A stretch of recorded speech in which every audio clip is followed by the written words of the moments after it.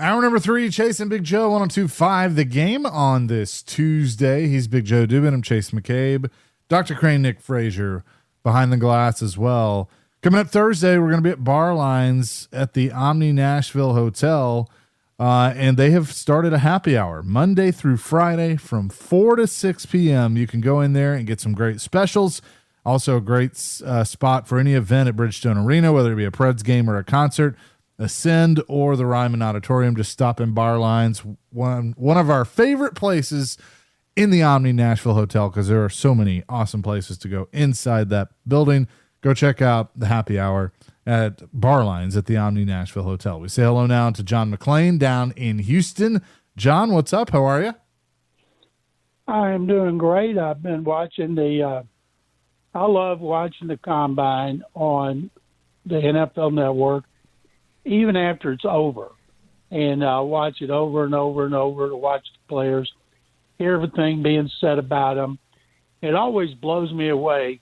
There was an interview earlier at the start of the Combine, asked multiple NFL coaches if they moved players up and down based on the Combine.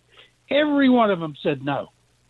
They talk about they do that off tape and other, evaluations. And yet you see the media people doing it like crazy every single year, but the teams swear they don't.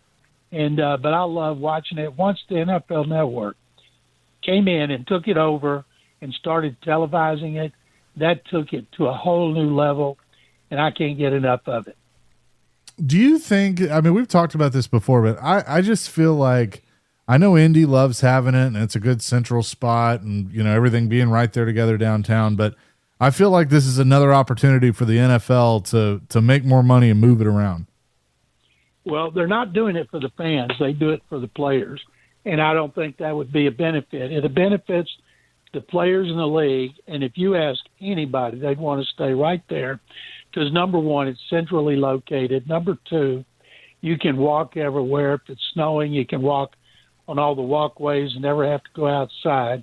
You have your hotel right there, all the media hotels, and the only thing they have to get on a van or a bus for is to go to the hospital for their physicals, and everybody loves it there. And there's plenty of places like Jerry Jones wants it out at Frisco, where his facility is. Well, of course he wants it there because he owns half the places around it, and who would benefit financially? Jerry Jones. And plus, Frisco is way out. You can't walk anywhere. And L.A. wants it, and they want it for Stan Kroenke wants to bring it in there and use the building for the NFL Network across the street from the stadium. Well, that'd be terribly inconvenience for people coming from the East Coast. So it always comes down to money. If Jerry Jones can put money in the owner's pockets that is not being put in by Indy, or if Stan Kroenke can do it, they'll do it. There used to be regional combines.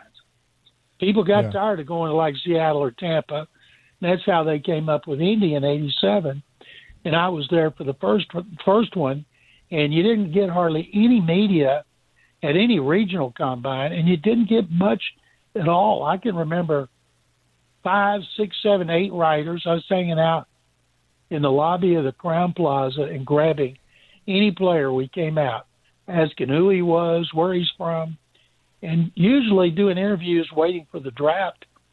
And then we saw it go to a whole different level where everybody started doing stories every day, and you had a miniature Radio Row, all the TVs came, and it's exciting. It is a great event for people to go to.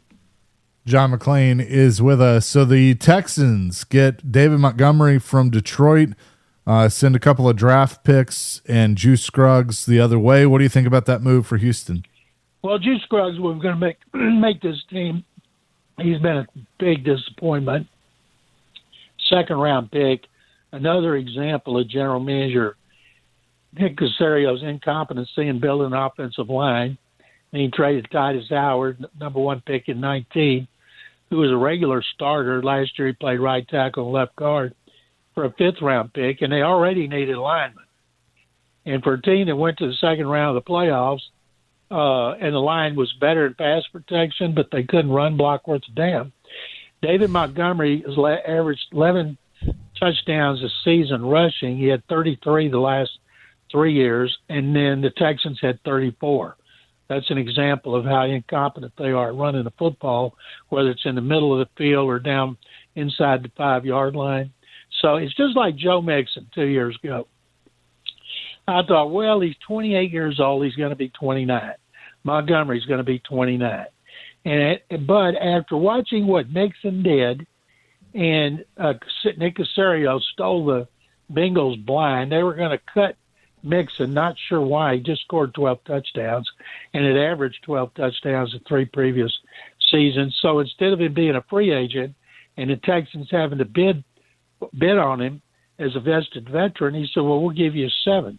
So the Bengals, that's better than nothing. They took the 7.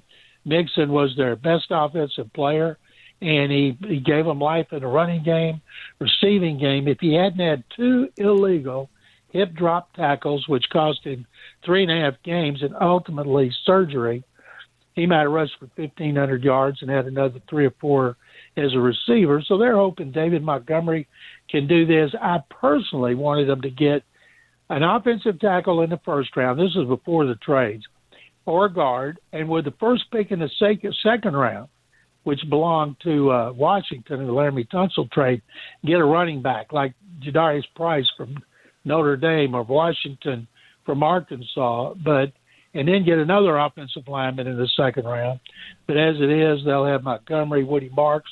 Last year, Montgomery will be here probably a max of 2 years. And if he could do here what he did there, there's no shame getting beaten out by Jahmyr Gibbs.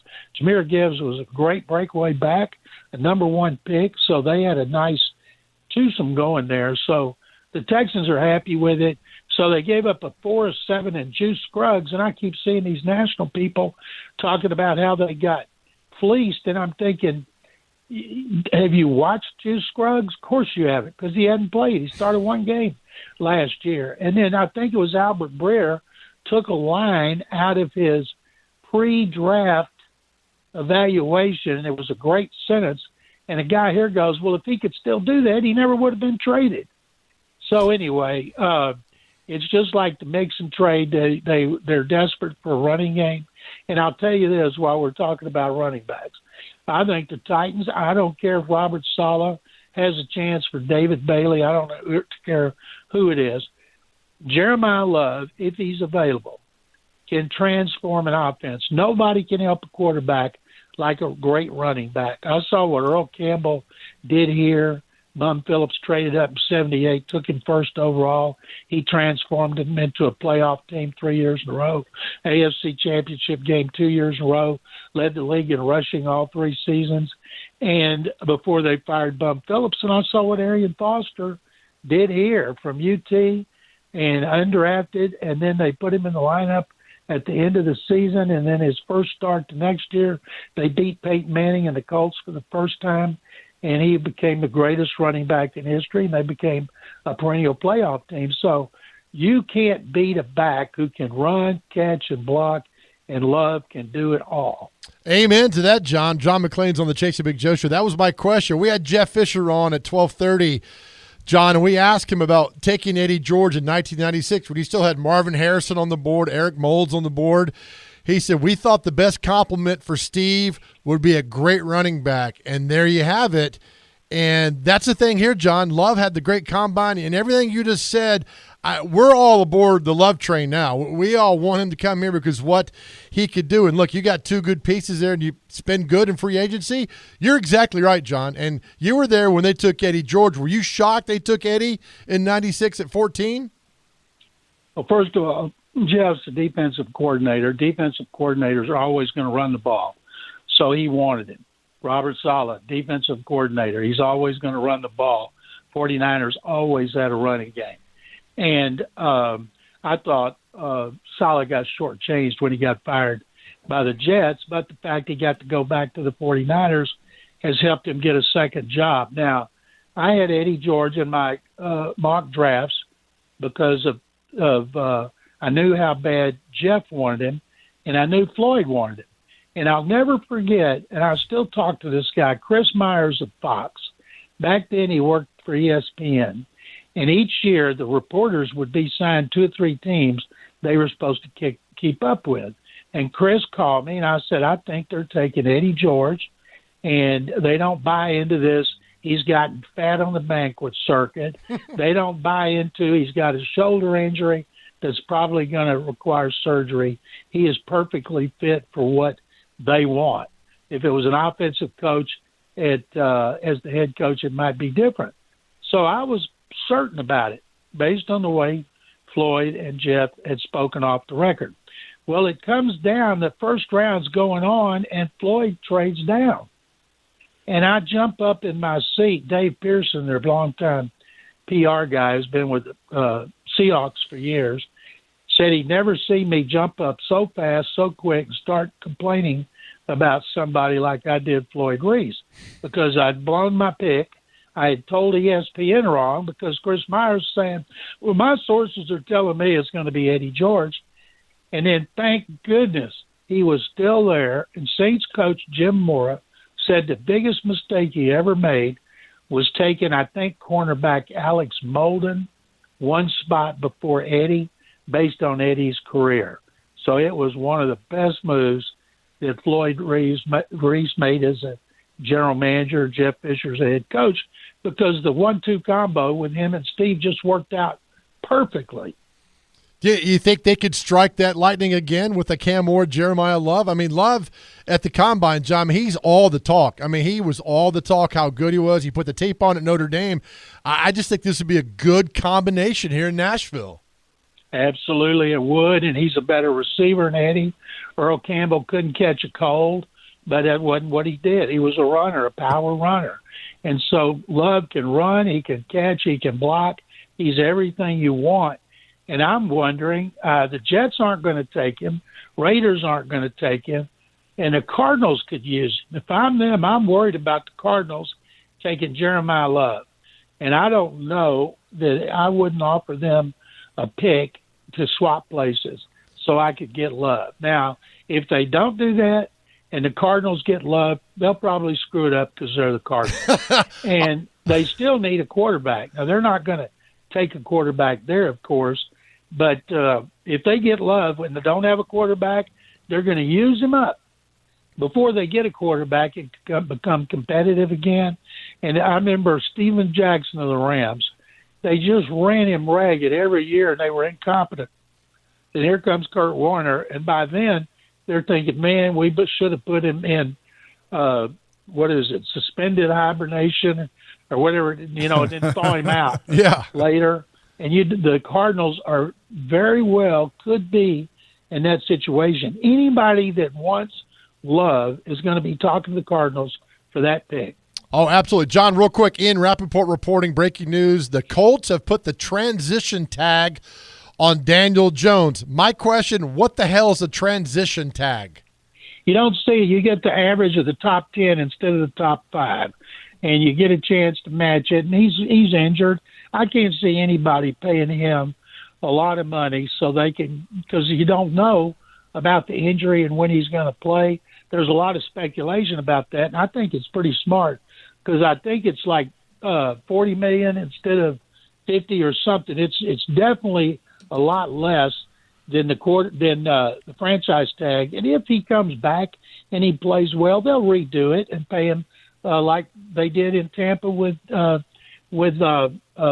mind's gone blank, Baker Mayfield. He is John McClain from Houston. We'll have more with him coming up next here on Chasing Big Joe on this Tuesday, 102.5 The Game. Chasing Big Joe, 102.5 The Game here on this Tuesday. John McClain with us on the program, and he joins usually every Monday at 2 o'clock, but we had Preds covered yesterday. So, John, we'll be in the legal tampering period by the time we talk next week. And I asked Floyd one time about tampering, and all I got was a laugh. So that kind of told me all I needed to know about that. I mean, do you think this is obviously the illegal tampering still going on, but was this a good move years ago when they added legal tampering? Well, first of all, nobody pays any attention to it. They've been cheating like crazy. What do you think they talked about? Every general manager in the league was cheating at the combine because you're talking to an agent. You're not supposed to be able to talk to an agent about a player on his team.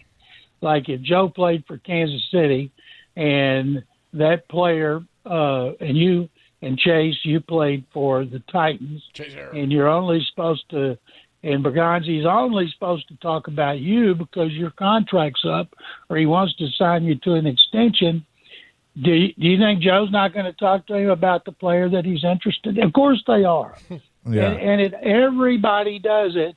And if all of them were Pinocchio, their noses would grow so far nobody could get around. And so that's been going on. The term legal tampering is, I think, is an oxymoron. It's no such thing.